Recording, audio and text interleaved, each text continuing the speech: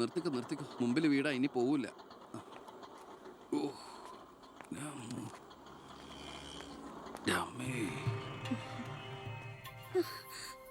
അയ്യോ, ഇതെന്ത് പറ്റിയടാ? അഴിമതി വീരനും കുടില ബുദ്ധിശാലിയുമായ ഒരു മൂരാച്ചി മന്ത്രിക്കെതിരെ ശബ്ദമുയർത്തിയതിനും അങ്ങേരുടെ കോലം കത്തിച്ചതിനും പോലീസ് തന്ന സമ്മാനാണിത്. ഏത് മന്ത്രി? നമ്മുടെ വിദ്യാഭ്യാസ മന്ത്രി ഇല്ലേ അമ്മ? അത് നിന്റെ അച്ഛനല്ലേ? ഞാനത് നിഷേധിക്കുന്നില്ല. കാശ് കൊടുത്ത് ഇടിപ്പിച്ച പോലെ ഇപ്പൊ എന്ന ഐഡിയ അത്. അയ്യോ ഏട്ടാ, ഇത് എന്ത് പറ്റി? ഒന്നുമില്ല മോളെ, ഒന്നും. അയ്യോ, നന്നായിട്ട് കിട്ടിയ ലക്ഷണം ഉണ്ടല്ലോ.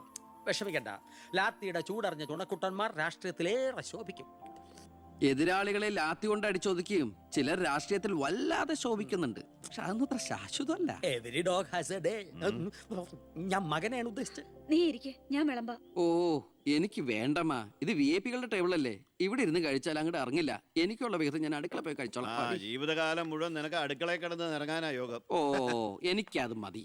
എന്തായാലും ഞാൻ നിങ്ങളുടെ ഗ്രൂപ്പ് ആഫീസിന്റെ തിന്നാലല്ലോ വന്ന് ഇറങ്ങണത്. എന്നെയും എന്റെ ഗ്രൂപ്പിനെയും പരസ്യമായിട്ട് അവമാനിക്കുന്നവനെന്തിനാ ഞാൻ കഷ്ടപ്പെട്ടുണ്ടാക്കണ എന്റെ വീതം കഴിക്കാൻ ഇങ്ങോട്ട് കെട്ടിയെടുക്കണത്?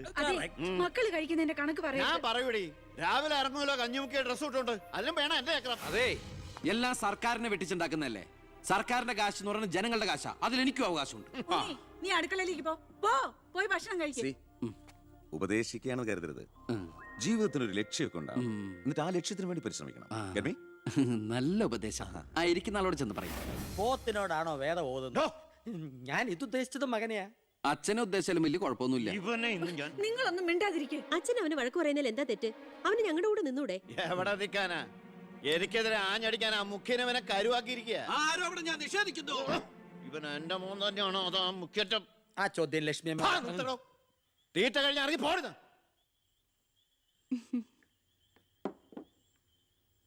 നിനക്ക് അവിടെ പോയിരുന്ന അവരുടെ കൂടെ കഴിച്ചാൽ എന്താ? എനിക്ക് അവരോട് ഇരുന്ന് ശരിയാവില്ല ഏട്ടാ. അവരൊക്കെ വലിയ വലിയ കാര്യങ്ങളെ പറയണേ, എനിക്കതൊന്നും മനസ്സിലാവില്ല.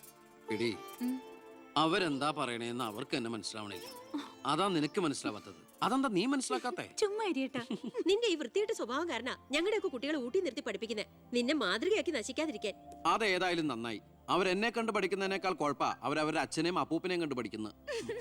ഓ, ഈനാമ്പച്ചിക്ക് മരപ്പെട്ടി കൂട്ട്. ഏയ്, എന്റെ മൂത്തളീനെ മരപ്പെട്ടി എന്ന് വിളിച്ചാണ്ടല്ലോ. ഓ, തുടങ്ങിയ പിന്നെ തമ്മി കണ്ട കീരിയും പാമ്പോ. നിനക്കിത് എന്തിന്റെ കേടാടാ? എപ്പോ നോക്കിയാലും കൂടപ്പറപ്പളുമായിട്ട്. അത് പോട്ടെ, അച്ഛനെതിരെ നീ. അമ്മേ, ഞാൻ അച്ഛനെതിരല്ല. അച്ഛന്റെ നയങ്ങളോടാണ് എതിർപ്പ്. അച്ഛന്റെ രാഷ്ട്രീയ നേട്ടങ്ങൾക്ക് വേണ്ടി അച്ഛൻ കാട്ടിക്കൂട്ടുന്ന നെറുകേടുകൾക്കെതിരെ ഞാൻ അറിയാതെ ചോദിച്ചു പോവുകയാണ്. ചോദിച്ചു പോണ്ട, അവിടെ ഇരുന്ന് കഴിക്കേ. പറഞ്ഞ പോലെ കഴിച്ചിട്ട് പോവാം. എടാ, നിന്റെ അച്ഛൻ എത്ര നെറുകേട് കാണിച്ചാലും അങ്ങേര് കഷ്ടപ്പെട്ടുണ്ടാക്കണതല്ലേ നീ ഇപ്പൊ കഴിക്കണത്. അത് മാത്രം പറയരുത് അമ്മേ. അമ്മേ, ഞാൻ കഴിക്കണത് അമ്മയ്ക്കുള്ള കഞ്ഞിയുടെ ഒരു വിഹിതമാണ്. എനിക്കൊരു നല്ല കാലം വരുമ്പോ ഞാൻ ഈ കഞ്ഞി മുഴുവൻ അമ്മയ്ക്ക് ചോറായിട്ട് തിരിച്ചു തരും. അതുവരെ എന്റെ വയറിനൊരു ലോൺ. എനിക്കും എന്റെ ജീവൻ നിലനിർത്തണ്ടേ അമ്മേ?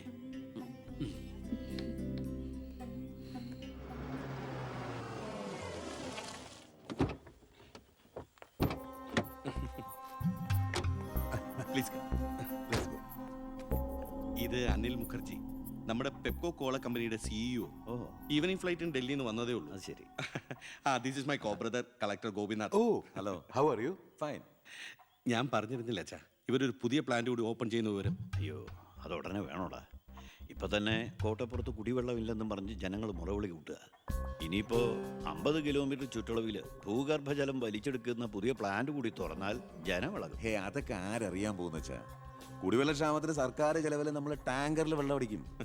എന്നാലും അല്ല അച്ഛാ, പെർമിഷൻ കൊടുക്കാന്ന് പറഞ്ഞൊരു 2 കോടി രൂപ ഞാൻ ഇവരുടെ കയ്യിൽ നിന്ന് വാങ്ങിയിരുന്നു.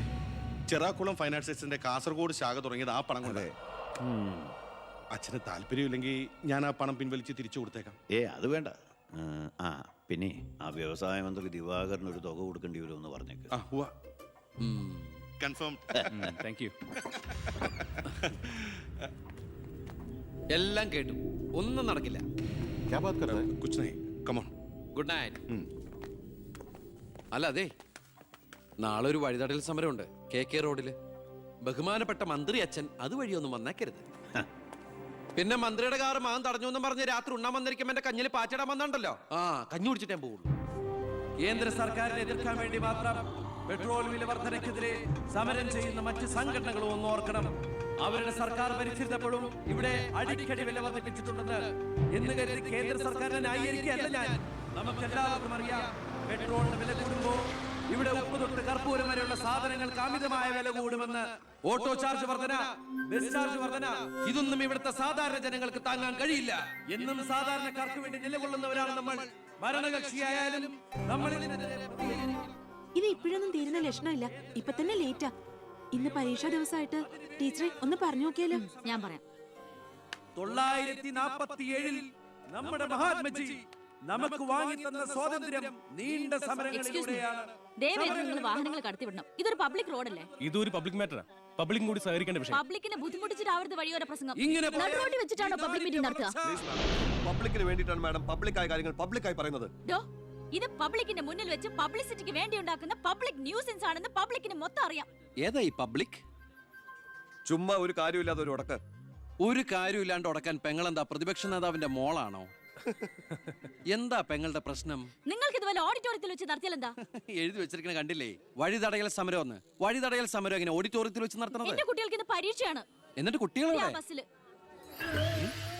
ഓ എന്റെ ഈശ്വര, ഒരു വണ്ടി നിറയെ കുട്ടികളോ? അല്ല, അപ്പൊ കുട്ടികളുടെ അച്ഛൻ എന്താ പണി? ഇതൊക്കെ തന്നെയായിരിക്കും. അല്ലാതെന്താ? ചുമ്മാരിടാ. നാം ഒന്ന് നമുക്കൊന്നെന്ന് ഗവൺമെന്റ് പരസ്യം ചെയ്യുന്ന ഈ കേരള സംസ്ഥാനത്ത് ഒരു വണ്ടി നിറയെ കുട്ടികളുമായി വന്നിരിക്കുന്ന ഒരമ്മ നമുക്കിത് വാർത്തയാക്കണം. അതെന്റെ സ്കൂളിലെ കുട്ടികളാ. അയ്യോ, അത് ഞാൻ അറിഞ്ഞില്ലട്ടാ. കൊച്ചുകുട്ടികളുടെ ഭാവി തകർത്തിട്ടാവരുത് നാട് നന്നാക്കല്. പെങ്ങൾ ഇപ്പൊ പറഞ്ഞതിന് ന്യായം. ഇന്നത്തെ കുട്ടികളാണ് നാളത്തെ പൗരന്മാർ. അവരാണ് ഇന്ത്യയെ നയിക്കേണ്ടവർ. ആ പൗരന്മാർക്ക് വേണ്ടി ആ വണ്ടി ഒന്നായിട്ട് കടത്തി വിടറാ. ഞങ്ങൾ പെങ്ങൾ അങ്ങോട്ട് പൊക്കോളൂ. അപ്പോൾ ഞാൻ പറഞ്ഞു നിർത്തിയ ഇതുപോലുള്ള സമരങ്ങൾക്ക് ജനപിന്തുണയുണ്ടാവണം. ഒറ്റക്കെട്ടായിട്ട് നിന്ന് പോരാടണം. പ്രിയപ്പെട്ട നാട്ടുകാരെ, ഞാൻ പറയുകയാണ്, ഞാൻ ചോദിച്ചു പോവുകയാണ്.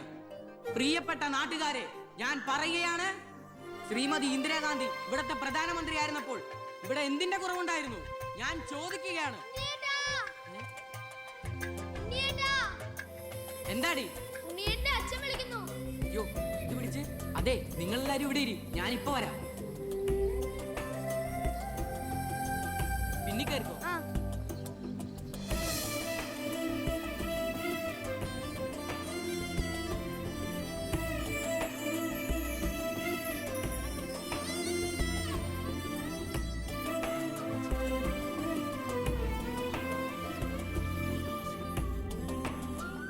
മോളെ, ഇതൂടെ ഒന്ന് കഴുകി വെച്ചേരെ. ശരി.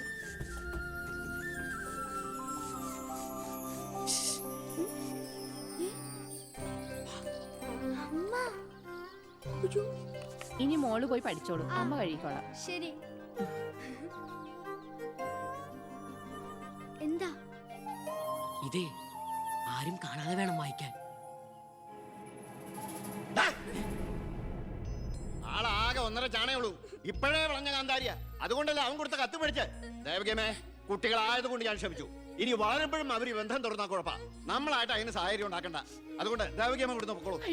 ലക്ഷ്മി ഒന്നും പറയണ്ട.